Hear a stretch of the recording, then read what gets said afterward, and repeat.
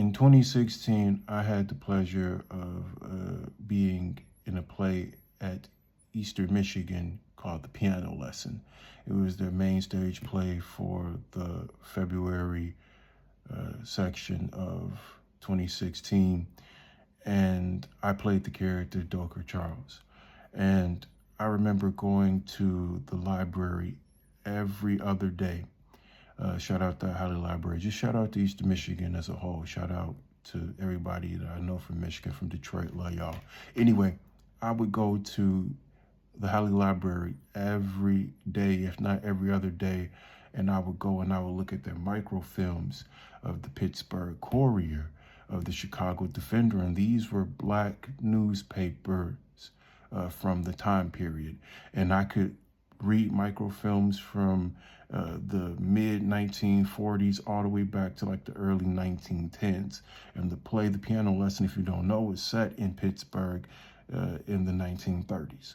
And so I was just checking out what it looked like to be a black person in Pittsburgh or a black person in Chicago around that time or 20 years prior, and some of the history that was built up being in these areas and what that would have meant for the character that I was playing. I also, outside of that, I was listening to like music from the time period. Like I had a Spotify, to YouTube account where like I just only had this YouTube account that's linked to my student email where I'm just listening to like music from the 30s.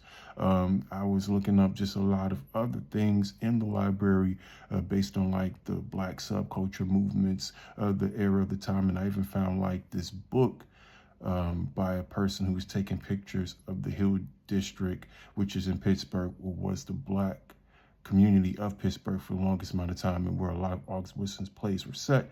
This man was taking pictures as far back as the 40s.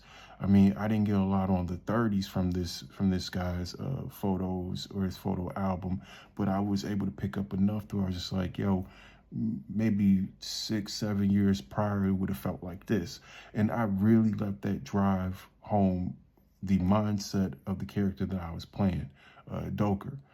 And like, I don't go that hard for a lot of the work that I do now, because a lot of the work that I do now isn't so wrapped up in a specific point in time of history.